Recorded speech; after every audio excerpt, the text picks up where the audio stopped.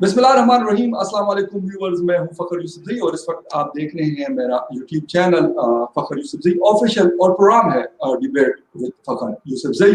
لیکن آج کی ڈیبیٹ بڑی اسپیشل ہے. اس کی وجہ یہ ہے کہ ایک تو اس کا تعلق جو جس ریجن سے, جس ایریا سے میرا تعلق ہے, ان خیبر پختونخوا اور اس کے ساتھ لگا ہوا افغانستان, جس کو مطلب ہم کافی عرصے سے اسی وجہ سے اس کی پہچان بنی ہے, جنگ و جدل وہاں پہ چل رہی ہے, ملیٹنسی ہے. خیبر پختونخوا بھی اس کا بہت زیادہ شکار رہا ہے. اگر ہم پچھلے 20 سالوں کی بات کریں تو اس حوالے سے یہ آج کی ڈیبیٹ امپورٹنٹ اسی لیے ہے کہ اس پہ میں بات نہیں کروں گا, بلکہ میں یہی کہوں گا کہ میری اور ہمارے جتنے ویورز ہیں ان کے لیے ایک بڑی اچھی اپرچونٹی ہے, اور میں خوش قسمتی کہوں گا اس کو کہ آج شو میں ہمیں جوائن کیا ہے آئی جی پی خیبر پختونخوا, جو مطلب ایز اے پولیس آفیسر رہے ہیں, اختر علی شاہ صاحب. اس کے علاوہ انہوں نے جس عہدوں پہ کام کیا ہے, ایز اے رائٹر آج کل وہ آرٹیکل لکھتے ہیں انگلش نیوز پیپر میں, اور اس کے علاوہ بیوروکریٹس ہیں, ایز اے بیوروکریٹ کام کر چکے ہیں. Secretary home and tribal affairs ان کے پاس ایک بڑا اہم عہدہ یہ رہا ہے. تو اس وجہ سے ہم فاٹا اور اس سے ریلیٹڈ چیزوں کے بارے میں پوچھیں گے. Welcome to the show sir. Thank you, مہربانی مولانا, بہت بہت شکریہ. شاہ صاحب بہت شکریہ. آپ سر آپ نے شو جوائن کیا ہے. شروع ہم کریں گے جس طرح آپ سے پہلے بھی بات ہوئی تھی کہ اے پی ایس کا جس وقت اٹیک ہوا تھا 16 دسمبر 2014 کو, تو آپ اس وقت پشاور میں تھے اور ایز اے پولیس آفیسر آپ کام کر رہے تھے. بڑا اہم عہدہ تھا آپ کے پاس. تو اس میں کیونکہ رپورٹ میں بھی آپ سے ایک دفعہ میری بات ہوئی تھی, تو آپ نے بتایا تھا کہ آپ وہاں پہ باقاعدہ جب کمیشن بنا اے پی ایس کے حوالے سے تو آپ وہاں پہ پیش ہوئے. اب وہ رپورٹ جو ہے وہ پبلک بھی ہوئی. ایک تو اس کے اوپر اگر تھوڑا ہمارے ویورز کو بتائیں, کیونکہ پوری دنیا میں یہ واقعہ ایسا ہے کہ میرا نہیں خیال کہ کسی کو یہ واقعہ بھولا ہے یا کسی نے اس کو کنڈیم نہیں کیا یا کسی نے دیکھا نہ ہو. تو اس رپورٹ کے حوالے سے اگر تھوڑا سا ہمیں سر بریفلی آپ بتا دیں اے پی ایس رپورٹ کے حوالے سے. جہاں تک رپورٹ کا تعلق ہے تو اس کے کچھ حصے پبلش ہوئے اور میں نے بھی اس کی ابتدائی اور کوئی کنکلوڈنگ وہ دیکھیں, تو اسے تو یہی تاثر ملتا ہے کہ جہاں تک کمیشن کی رپورٹ ہے تو انہوں نے لا انفورسنگ ایجنسیز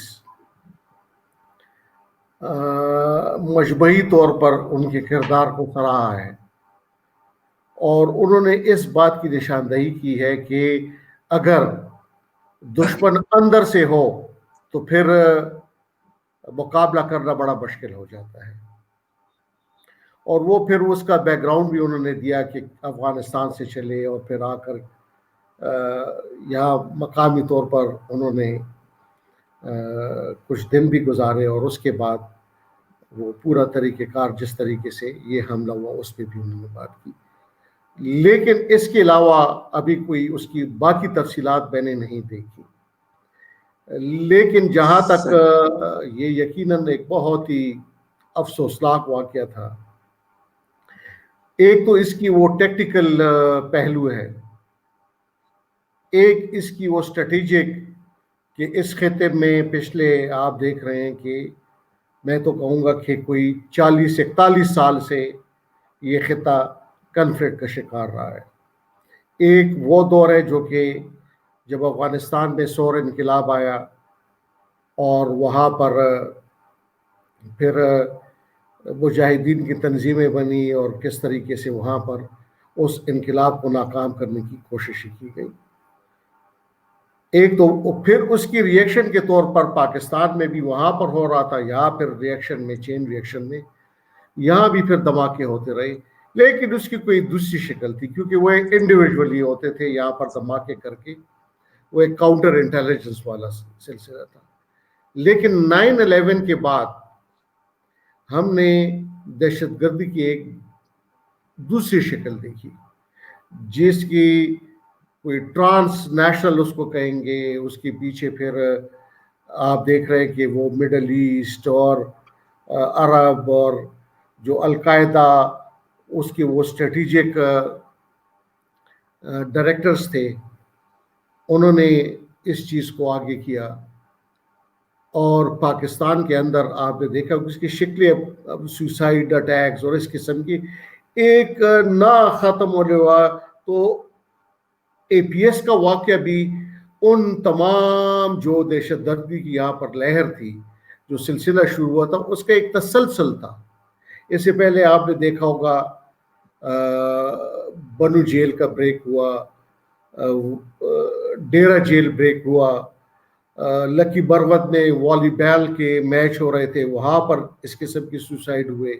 خود میں وکٹم رہا ہوں، مجھ پر جب میں اپنے گھر سے باہر نکل رہا تھا مجھ پر خودکش ہوا، میرے اپنے ہاتھوں میں میرے جو گارڈز تھے وہ شہید ہوئے، ان کا خون میرے ہاتھوں میں وہ پڑے ہوئے تھے اس وقت، اس میں بہت سے زخمی بھی ہوئے۔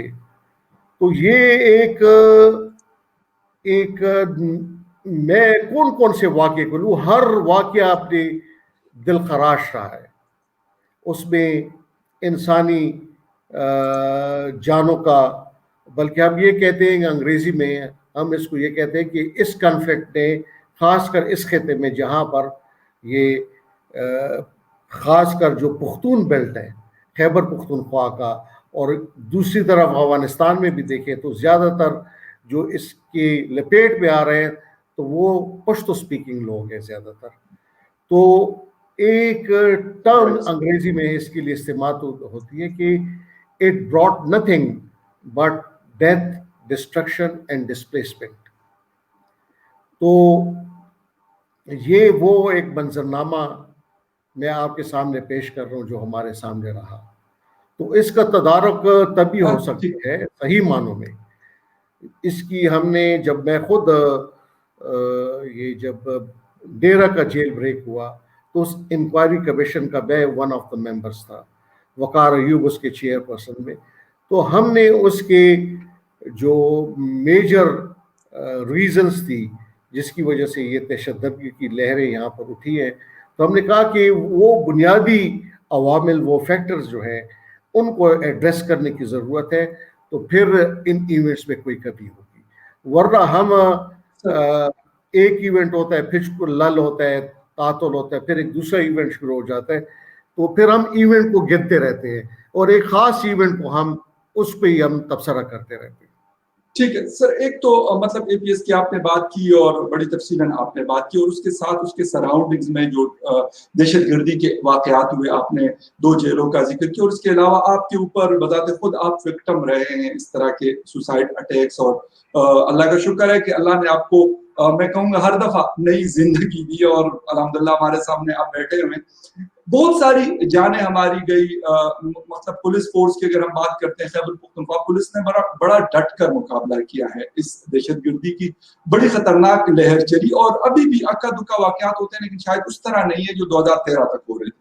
صرف ایک چیز، ابھی بھی دنیا پاکستان کے اوپر انگلی کیوں اٹھاتی ہے؟ ہم نے مالی نقصان بھی اٹھایا تقریباً $150 ارب کا، اس کے ساتھ ساتھ جانی نقصان 70,000 لوگوں کی قربانیاں دی، ساری فورسز نے دی، اس کے باوجود بھی آج بھی پاکستان کے اوپر یہی انگلی اٹھتی ہے کہ اگر دنیا میں کہیں پہ بھی اس طرح کا واقعہ ہوتا ہے تو پاکستان کے اوپر انگلی کیوں اٹھتی ہے؟ کیا ہم اپنا نیریٹو پراپرلی بیان نہیں کر سکے دنیا کے سامنے کہ ہم نے اتنی قربانیاں دی، یا اس کی کیا وجہ؟ اس کی ایک بنیادی وجہ تو یہ ہے کہ ایک ہم جس جغرافائی زون میں ہیں یہ بہت اسٹریٹجک اس کی حیثیت ہے۔ ایک طرف افغانستان ہے، دوسری طرف ایران ہے، تیسری طرف ہمارے انڈیا ہے۔ تو افغانستان کے تناظر میں اگر آپ دیکھیں تو بعض ہماری فالٹ لائنز بھی ہیں۔